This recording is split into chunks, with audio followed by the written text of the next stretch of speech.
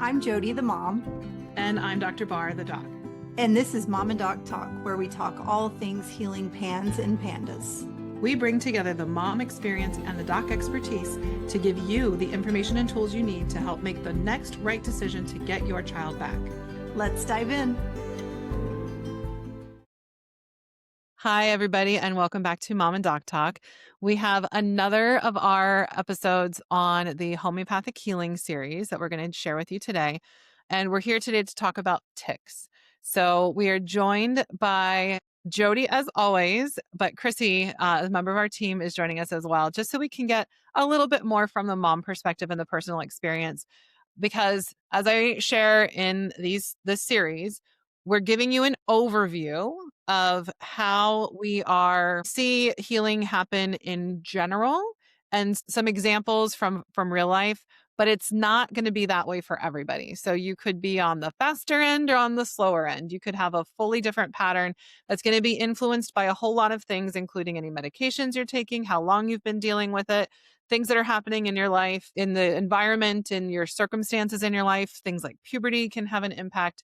There's just going to be a lot of different things that are going to contribute to how somebody responds. So this is the average thing, not how you are going to respond. And when we have a couple of moms, we can get some opportunities to see where there's overlap and where there's differences and just have a little bit more rich conversation. So thanks for joining us today, Chrissie, to talk about tics. You're very welcome. So I would love to start, as usual, with both of you guys sharing with us a little bit about what tics looked like in your home. You go ahead and go, Chrissie. I'll go. Okay. Yeah. So tics started very early for my son. It was actually one of the first symptoms that I noticed going on.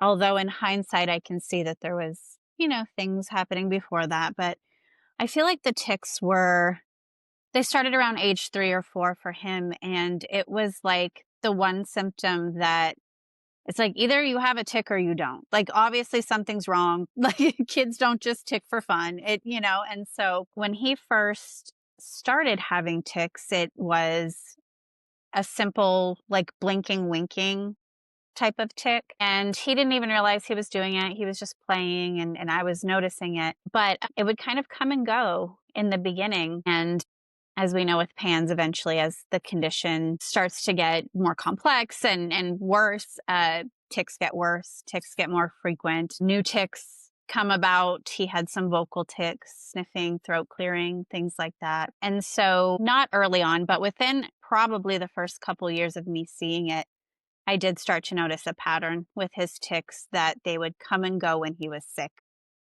which kind of led me down the PANS road. Because again, if you truly have tics or Tourette syndrome or something like that, I think they're a little bit more constant than just when the person's sick. Static. Yeah, exactly. So that was kind of our first introduction to seeing PANS symptoms was really his tics. That was kind of the first thing for us. So for us, tics kind of showed up a little, it was at the very beginning, but I think the other things that I wasn't really sure about, I could kind of excuse them away. Like there was behaviors that I'm like, oh, okay, she's having a bad day, having a bad week. All of the other things were like swirling low key. But then when the tics started, I was like, holy cow. And for Avery, it was the coughing tic. And she had been sick. So we were going down the doctor list and everybody was like, well, no, she's just still coughing. Like, give her this, give her that. And we were trying things.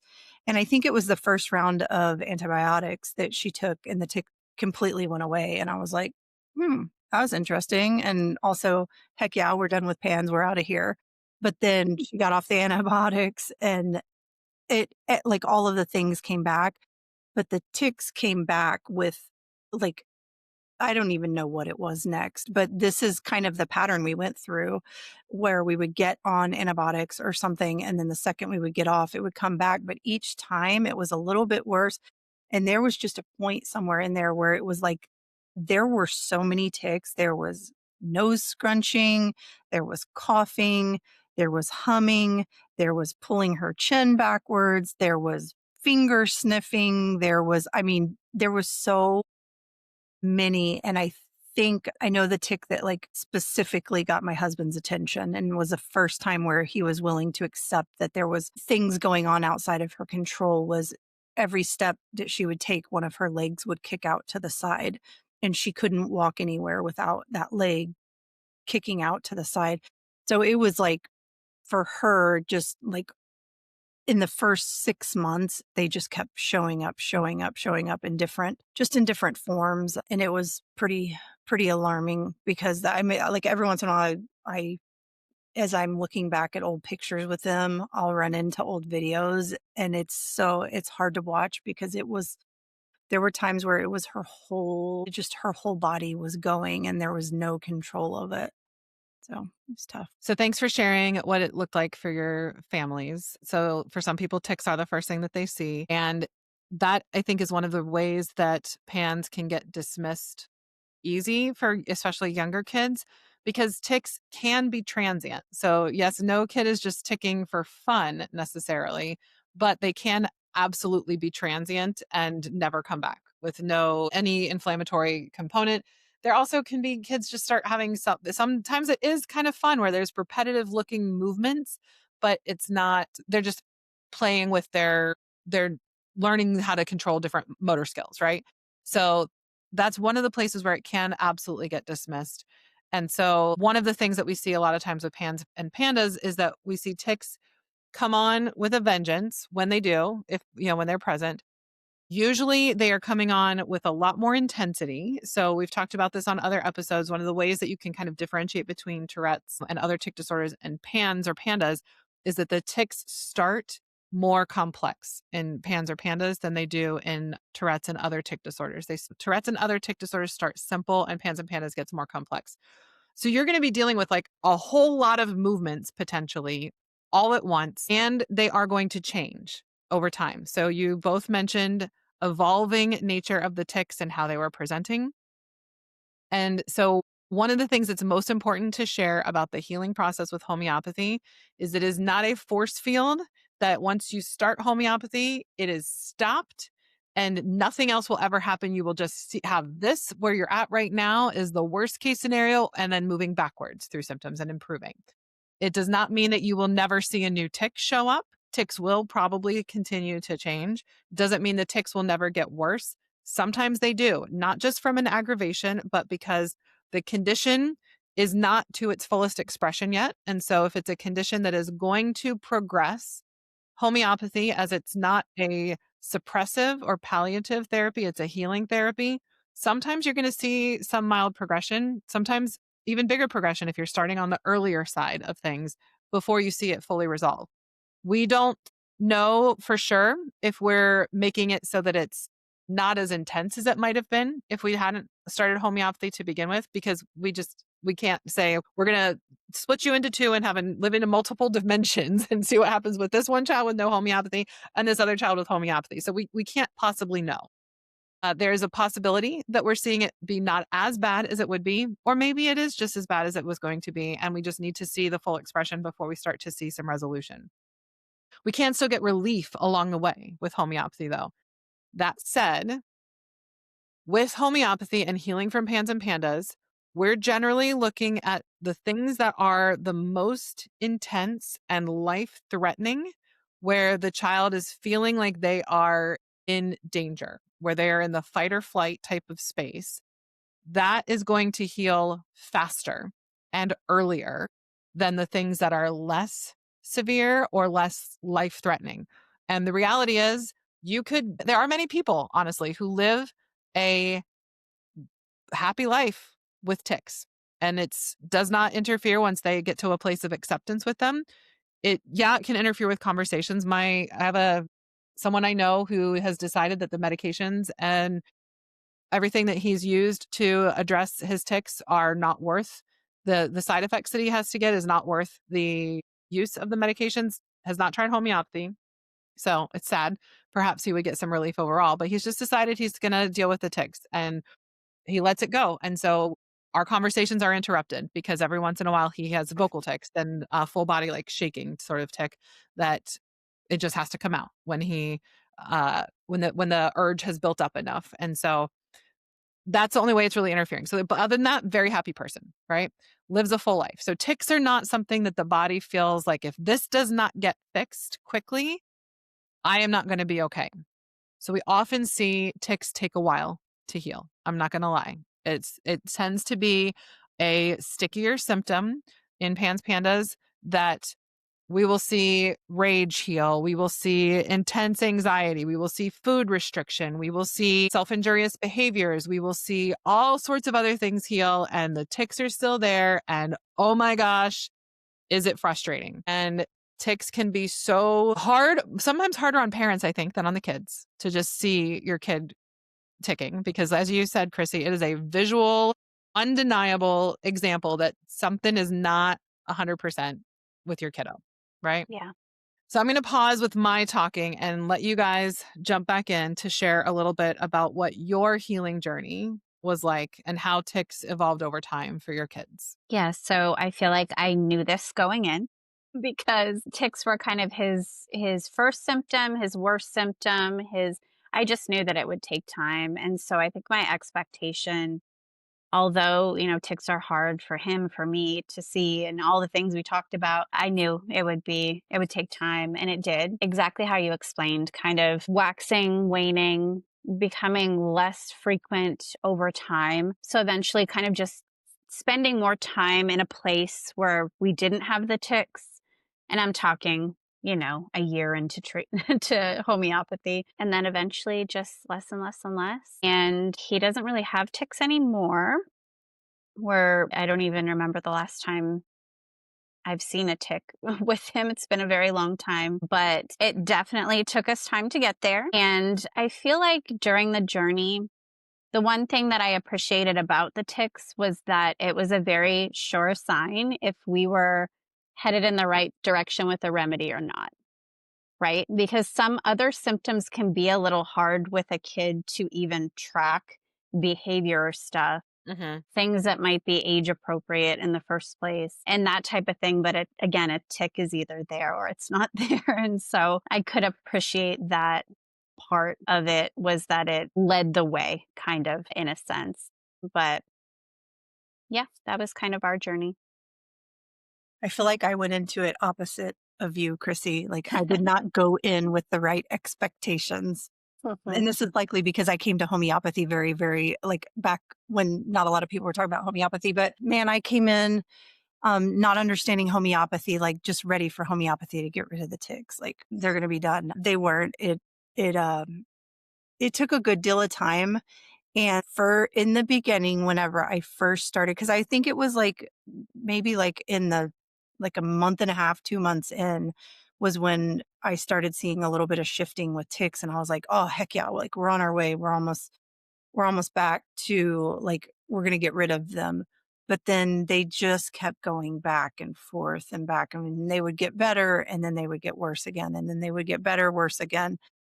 I was of all of Avery's symptoms, I was on the biggest roller coaster with tics, like the whole way through. Like the tics just like completely worked me, because it was just hard. It was hard to see her move like that. It was hard to hear the noises. It was all of the things. And there was just I wish I would have better understood that, you know, the back and forth would eventually end, because that's ultimately what it felt like. It felt like, because her tics stayed for up until the very, very end, and it really honestly felt like they were never going to go away and she was going to have to live with them forever. And eventually they did go away and didn't come back. But man, it was there the whole time. I found myself getting frustrated with it more often than not, because it felt like homeopathy is this like insane, crazy thing that has gotten rid of rage and OCD and like all of these big, horrible things. But then we have this like noise tick or whatever it might be. And I'm like, how can homeopathy not like, grrr? Like, I just want to, in the fact that like tics weren't super great information as far as remedy selection, that was difficult for me too, because I'm like, I just want to give you the information and then I want you to give me the remedy that's going to make it all go away. And that's what my brain thought most of the way, which is probably why I was on such an emotional roller coaster with these dang tics. Yeah. A lot of parents are, though. The tics are, it's just such a visual reminder. And, we can't, I don't think we're going to have any of these episodes where we don't talk a little bit about PANS PTSD and the ways that things can get triggered in parents. And tics are one of those things that really triggers things for people, especially because they tend to not have like the same healing pattern with the 2 to 3 steps forward and 1 step back and the 2 to 3 steps forward and 1 step back, and they don't really follow a reliable pattern as far as changes in frequency, intensity, and duration. I will say that some people, tics are the first thing to go away. We see them. I've had them. I think every provider in our practice has had a handful of people that tics are the first thing to go away. Most people, it's toward the later side. It's somewhere in the second half to very end that it will subside. And it's not like some of the other symptoms that you can see in PANS pandas where you will go for prolonged periods of time without tics, at least not early on. Later on, you might see prolonged periods without tics, but what you're likely to see is that they're not happening as long or as intense when they're happening, or they might be happening in more discrete periods rather than feeling like they're just pervasive and happening all the time. But you're not really going to see as much of the, "Oh, it's been great. We haven't seen ticks for 3 weeks," and they're starting to creep back in. They're more likely to still be present throughout, where it might be that, well, we're not seeing them unless they're relaxing and watching TV. That's a pretty common time that you're going to see the ticks start to come up a little bit more. So if they're relaxing and watching TV, the ticks come on. If they're playing on their computer, ticks come on. That you might see that versus they cannot stop ticking and we can't leave the house because they can't control their movements and they can't even get their shoes on because of the ticks and how they're impacting their life. So that's kind of more like what you're going to see. Is that what you experienced, Chrissy? Exactly. Yes. And I think that when you're reporting symptoms, that's where like the frequency, the intensity, the circumstances come into your reporting because, like Jody said, a tick itself isn't super useful information. But when you're trying to see if a remedy is helping or working or if we need to change, knowing that information is really, really important. And that was exactly, saw too. All right. Do not let me forget to talk about the ticks and the description and what you guys just both mentioned with this. But I want to really quickly also touch on something that Jody, you've probably forgotten or suppressed, but we can also see ticks be one of those things that come back in what we call the last hurrah. And the first time I ever saw this was with Jody's daughter. And the ticks had been resolved. We were celebrating. We were so excited. The ticks were better. We were seeing things go well overall. Hadn't had big flares with really anything. Hadn't had the strep infection yet that showed us we're just going to have strep symptoms. We're not going to have a flare. But having other illnesses come and go and not getting sick, not having a flare, no ticks increasing. And then boom, dental procedure, ticks exploded again. And Jody and I both felt devastated when that happened. Necessarily show that to her as much. And we both borrowed on each other's confidence at that time. She had confidence. She said, "I got confidence. We got there before. We'll get there again." And I'm like, "Okay, I hope you're right because I don't know why these ticks just showed up." And that's when I learned about this last hurrah that can sort of happen in PANS pandas. It wasn't something that I learned about, but we see it enough. And we'll put a link in the show notes to the episode about the last hurrah in case you're wondering what I'm talking about. But you can see something where ticks are seemingly resolved and then they explode again. And generally in that type of circumstance, you're going to see them resolve again very quickly and generally be done. Not everybody is going to experience this, but ticks are something that I have seen repeatedly come up as part of the last hurrah. So Yeah. that's just something to make sure that everybody is aware of, that can be part of that presentation. Yes. And that if that happens to be the case for your kiddo, that was so devastating to me. I really appreciate you not sharing with me that you were also freaked out a little bit. Cause I felt like oddly confident in you and Yeah. homeopathy at that time. But at the same time, it was a kick in the gut because it honestly felt like we were back at the very beginning. And even though I know that there was things that were not there that we had healed and moved past, it was sharp and painful. And it was, I mean, multiple months, and we had worked her way right back out of it. So kind of that last little oomph to get over. So you both have mentioned tics not being that useful for remedy selection, and I wanted to touch on that really quickly. So the fact that tics are present is important, and that is vital for selecting remedy, because if a remedy isn't something that can produce tics in a healthy person, it's not going to be likely to be helpful in helping somebody who has tics in their unhealthy state resolve them. However, the granular detail that parents will often get into with tics, because you are so focused on them because it's such a visual representation of what's happening for your child, might not be useful, because what we have to do in homeopathy is we have to match the symptoms you're experiencing to the data we have from provings. So what they have been shown to cause in an individual who takes it when they're healthy, takes the substance when they're healthy, and clinical verification, which means when it's been used in an unhealthy person and help to resolve that symptom. And we have to go with the data as it's reported. And the exact tic that you're experiencing might or might not ever have been described by somebody. And so it is sometimes the exact nature of the tic can be useful in selecting a remedy.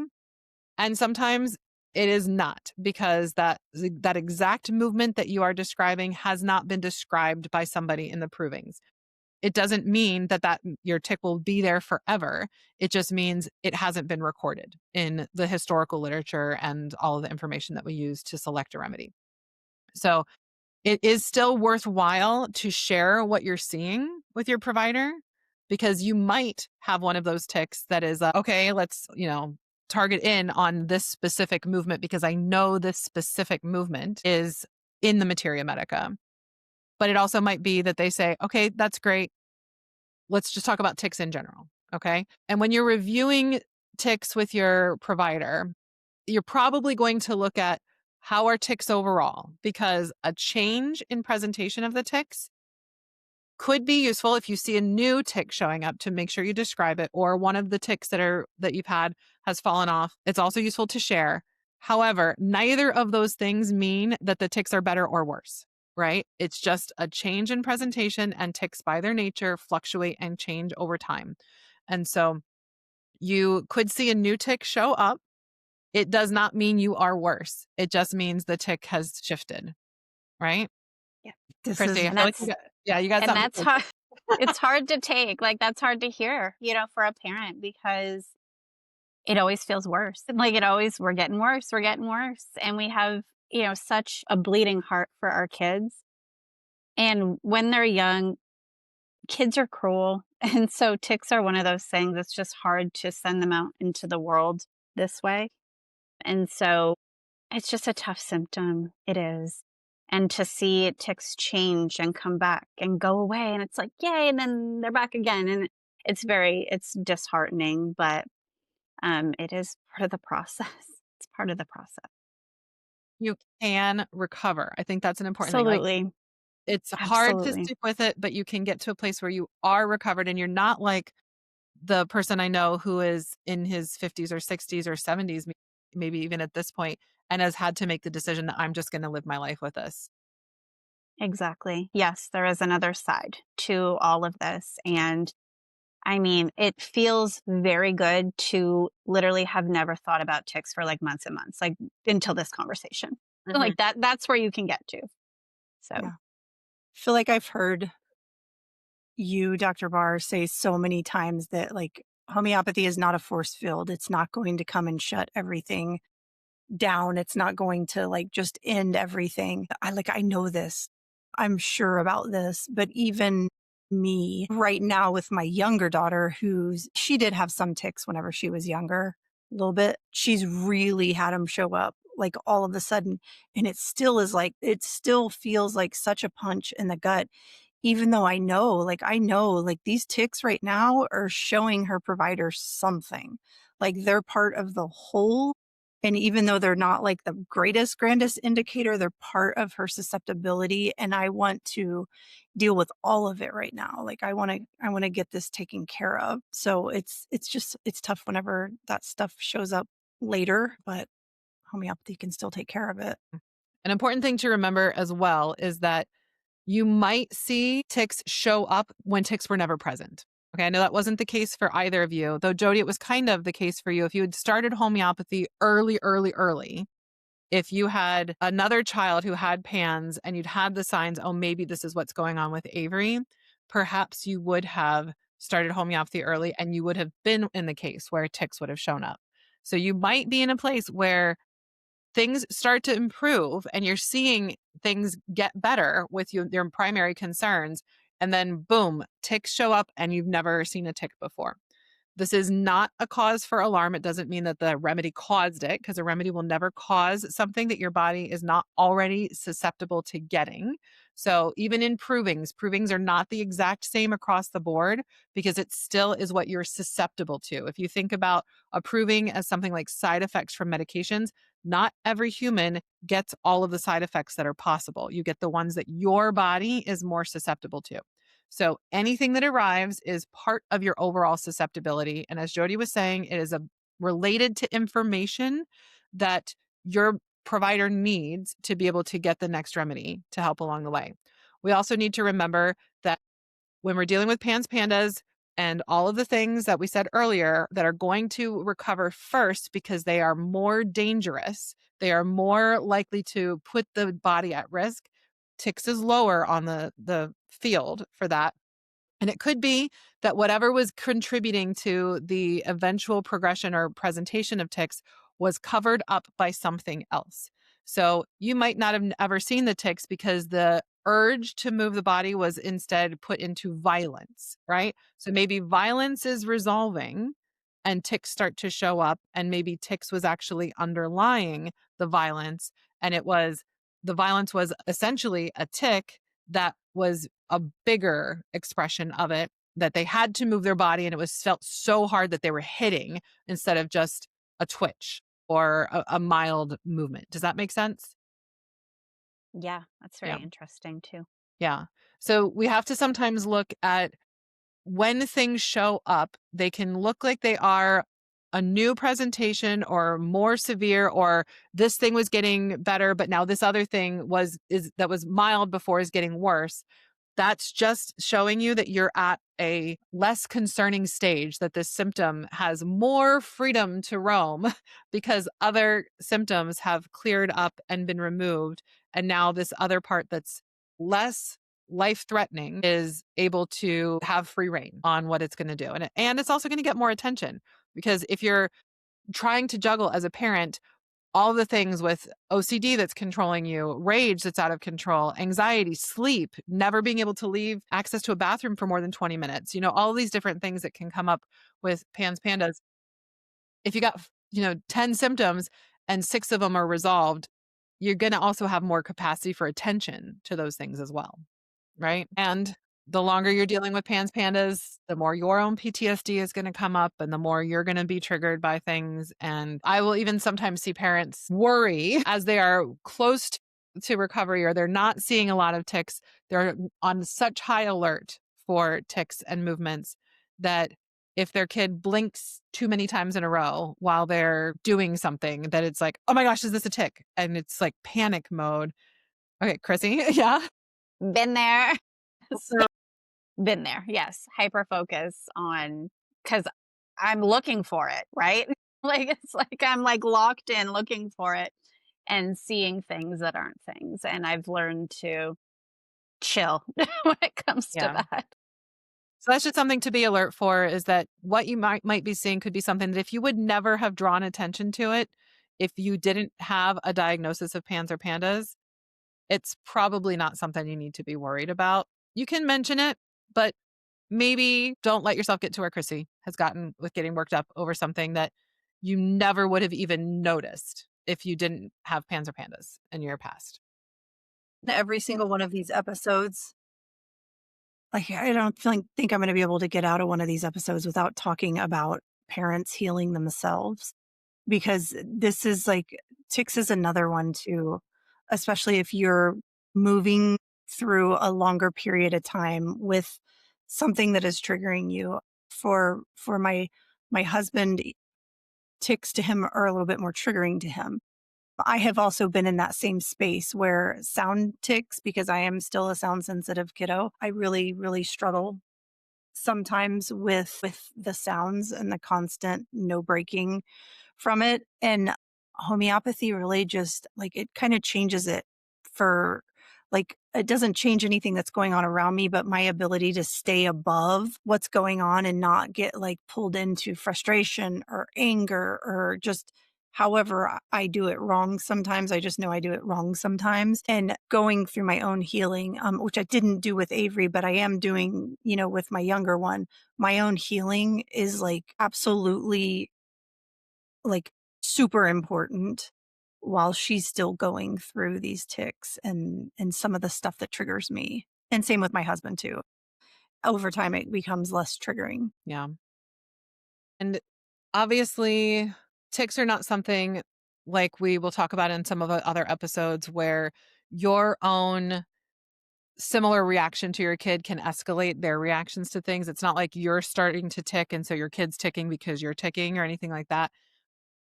Tics can get escalated when there is stress for some kids. And so, because kids can pick up on how you're doing and how you're responding to things, sometimes tics can escalate a bit if the child is feeling unsafe because parents are giving them the message that it's unsafe because of their own anxiety. Does that make sense?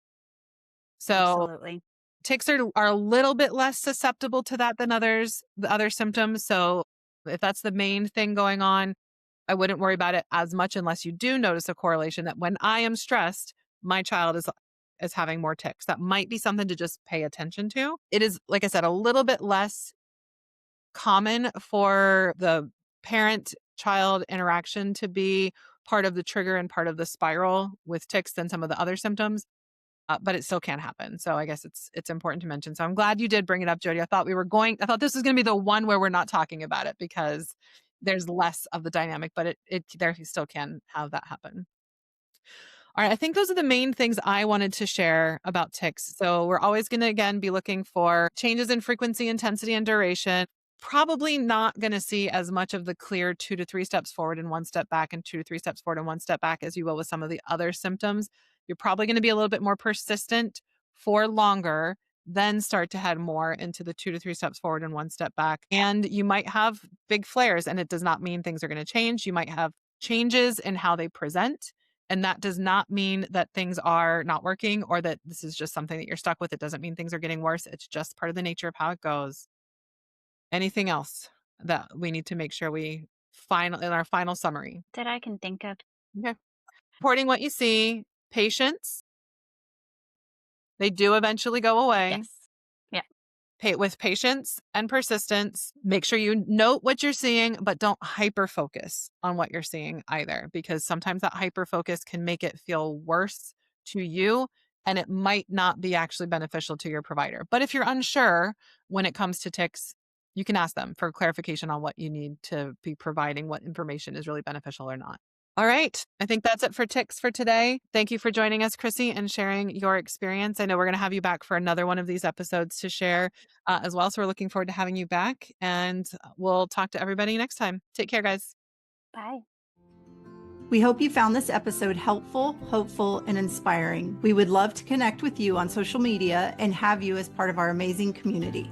You can find us on Facebook by searching for Homeopathy for Pans and Pandas. If Facebook isn't your thing, you can also connect with us on Instagram and YouTube by searching for Resilience Naturopathic or clicking the links in our show notes.